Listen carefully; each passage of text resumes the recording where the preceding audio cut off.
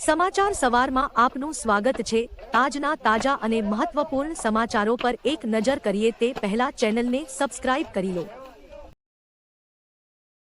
વડાપ્રધાન મોદીની આણંદ, સુરેન્દ્રનગર, જૂનાગઢ અને જામનગરમાં ચૂંટણી પ્રચારની મુખ્ય વાતો। પીએમ મોદીએ કહ્યું, જ્યારે હું ગુજરાતમાં સીએમ હતો ત્યારે સંવિધાનનું સન્માન કરવા માટે સુરેન્દ્રનગરમાં રેલી નીકળી હતી। આ રેલીમાં સીએમ નરેન્દ્ર મોદી ચપ્પલ વિના ચાલતા હતા તો સંવિધાન હાથીની અંબાડી ઉપર રાખીને તેનું સન્માન કરાયું હતું। કોંગ્રેસના શાસનમાં ઇકોનોમી 11મા સ્થાને હતી, તે ઇકોનોમીને એક ગુજરાતી એક ચાય વાળાએ 5મા સ્થાને પહોંચાડી। દુનિયાના કોઈ પણ દેશના નાગરિકને યુદ્ધ વચ્ચેથી નીકળવા માટે એક જ પાસપોર્ટ ચાલતો હતો, તે ભારતના ધ્વજવાળો પાસપોર્ટ હતો। ગઈકાલ સુધી પાકિસ્તાનના હાથમાં ગોળો હતો અને આજે તેના હાથમાં કટોરો છે। સરદાર પટેલની ભૂમિમાંથી આવેલા આ પુત્રએ તે 370ને જમીન દોસ્ત કરી સરદાર સાહેબને શ્રદ્ધાંજલિ આપી હતી। બધું ભૂલીને મોદીના હાથ મજબૂત કરવા અપીલ। સમગ્ર ગુજરાતમાં ક્ષત્રિય સમાજ ભાજપ અને રૂપાલા સામે રોષે ભરાયો છે। જાહેર સભાઓમાં વિરોધ કરવામાં આવી રહ્યો છે। ત્રીજા તબક્કાનું મતદાન યોજાય તે પહેલા પીએમ મોદી ગુજરાતમાં છે। આવા સમયે ગુજરાતના રાજવી પરિવારો ભાજપના સમર્થનમાં આવ્યા છે। ગુજરાતના 45થી વધુ રાજવીઓએ, જેમાં ભાવનગર, કચ્છ, ગોંડલ અને દાંતા સહિત તમામે ભાજપને ખુલ્લું સમર્થન આપ્યું છે। પીએમ મોદીના હાથ મજબૂત કરવા ક્ષત્રિયોને અપીલ કરી છે। રાજકોટમાં હાર્ટ એટેકથી 2 લોકોના મોત, 11મા ધોરણનો વિદ્યાર્થી અને 40 વર્ષીય યુવક અચાનક બેભાન થતા જીવ ગુમાવ્યો। રાજકોટ સહિત રાજ્યભરમાં હાર્ટ એટેકનો આંકડો સતત વધી રહ્યો છે। દરરોજ અનેક લોકો જીવ ગુમાવી રહ્યા છે। રાજકોટમાં શ્વસન બંધના વધુ 2 કેસ નોંધાયા છે। હાર્ટ એટેકના કારણે કાકાને મળવા ગયેલા ધોરણ 11ના યુવક અને વિદ્યાર્થીનું મોત થતા પરિવારમાં શોકનો માહોલ છે। આ સિવાય 40 વર્ષીય યુવક સાંજે 4 વાગ્યાના સુમારે પોતાના ઘરે બેભાન થઈ ગયો હતા। મોત બાદ પરિવારમાં શોકનો માહોલ છવાઈ ગયો હતો। સાબરકાંઠામાં વેડા ગામે ઓનલાઈન મંગાવેલું પાર્સલ ખોલતા જ બ્લાસ્ટ। સાબરકાંઠાના વડાલીના વેડા ગામમાં ઓનલાઈન પાર્સલ બ્લાસ્ટમાં 2 વ્યક્તિના મોત થયાની ઘટના સામે આવી છે। આ ઘટનામાં અન્યને ઈજા થતા સારવાર માટે હોસ્પિટલમાં ખસેડવામાં આવ્યા છે। મહત્વનું છે કે ઓનલાઈન મંગાવેલા ઇલેક્ટ્રિક સામાનમાં બ્લાસ્ટ થતા 11 વર્ષની કિશોરી અને 30 વર્ષના યુવકનું મોત થયું છે। આ બ્લાસ્ટ એટલો પ્રચંડ હતો કે ઘટના સ્થળની આસપાસ ધણધણી ઉઠ્યો હતો।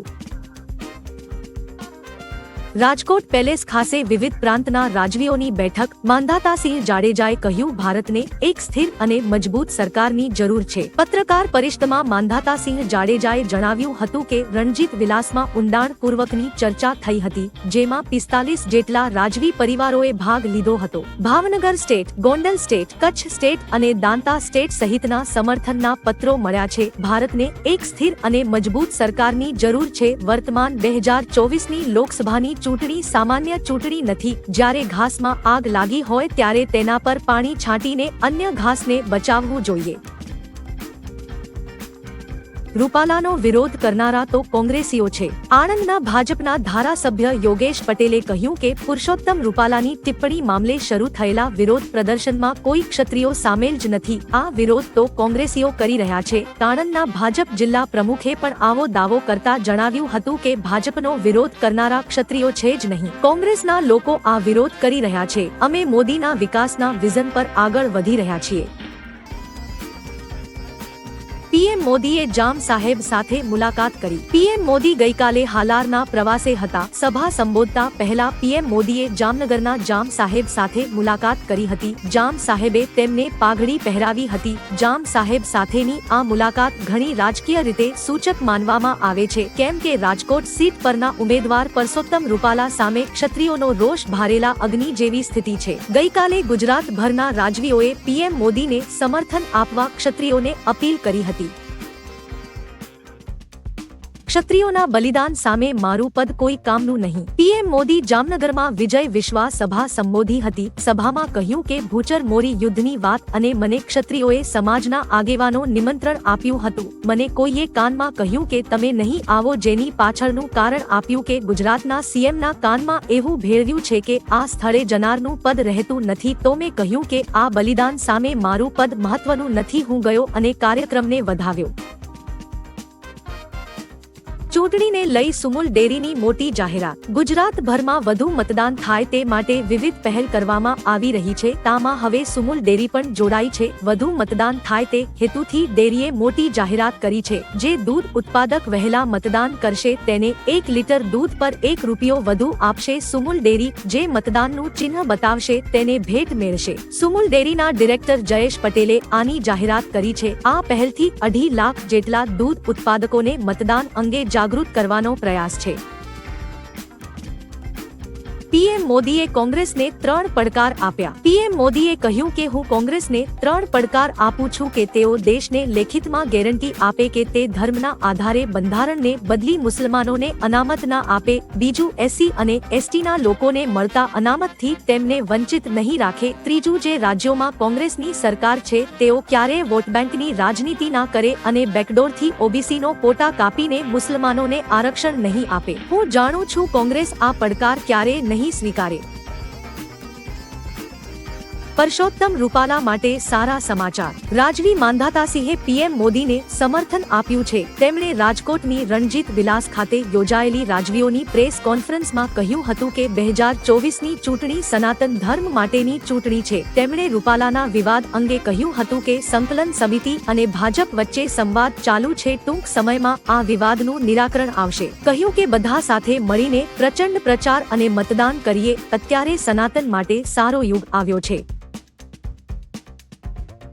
વોટિંગ માટે ભાજપની નવી રણનીતિ। ગુજરાતમાં 7 મે મતદાન દિવસે વધુ ગરમી પડશે તેવી આગાહી છે। દરમિયાન ભાજપનું 25 બેઠકો પર 5 લાખ લીડથી જીતવાનું લક્ષ્યાંક નબળું પડી શકે છે। તેથી ભાજપે નવી રણનીતિ બનાવી છે। ભાજપ સવારે 6 થી બપોરે 1 કલાક સુધીમાં વધુમાં વધુ મતદાન થાય તે માટે પ્રયત્ન કરી રહ્યું છે। બુથ લેવલના કાર્યકરો અને પેજ પ્રમુખોને આ માટે આદેશ મળ્યા છે કારણ કે મતદારો આકરી ગરમીમાં બપોર પછી બહાર નહીં નીકળશે તેવી શક્યતા પૂરેપૂરી રહેલી છે।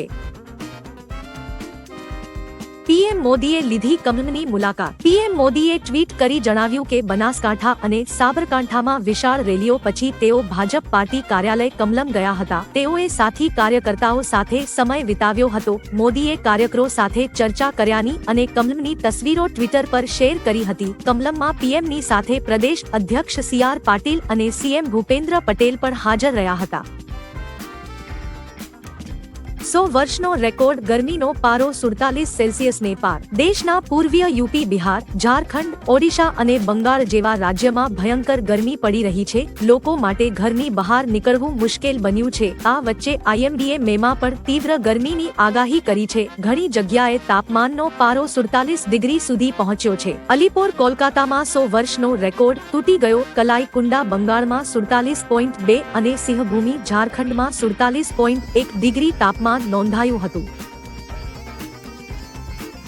મફતમાં ચાલશે ગાડીઓ અને 2 વ્હીલર। ગુજરાતના પ્રવાસે આવેલા પીએમ મોદીએ ગઈકાલે સુરેન્દ્રનગરમાં જંગી સભા સંબોધી હતી। આ સભામાં તેમણે ફ્રી 300 યુનિટ વીજળી અને સોલાર વીજળી વિશે સમજાવતા લોકોને કહ્યું કે હવે પછીનો મેં પ્લાન તૈયાર રાખ્યો છે। તમે તમારા વાહન ફ્રીમાં ચલાવી શકશો। તમારે પેટ્રોલ કે ડીઝલનો ખર્ચ નહીં થાય। તમારું બિલ 0 આવશે। આવનાર સમયમાં પીએમ ઇલેક્ટ્રોનિક વાહનોને લઈ સૂર્યઉર્જા ભરપૂર ઉપયોગ કરવાની યોજના ઘડી રહ્યા છે। વંદે ભારત મેટ્રોની પહેલી ઝલક। વંદે ભારત અને અમૃત ભારત એક્સપ્રેસ બાદ હવે ભારતીય railway Vande Bharat metro train લાવવા જઈ રહી છે। નોકરી માટે એક શહેરથી બીજા શહેરમાં જતા લોકો માટે આ ટ્રેન વરદાન સાબિત થઈ શકે છે। વંદે ભારત મેટ્રો તૈયાર છે અને તેની પહેલી ઝલક સોશિયલ મીડિયા પર આવી ગઈ છે। ભારતીય રેલવેએ કહ્યું હતું કે પ્રારંભિક તબક્કામાં આ ટ્રેન 124 શહેરોને જોડશે। નારંગી રંગની વંદે ભારત મેટ્રો પંજાબના કપૂરથલામાં બનાવવામાં આવી રહી છે।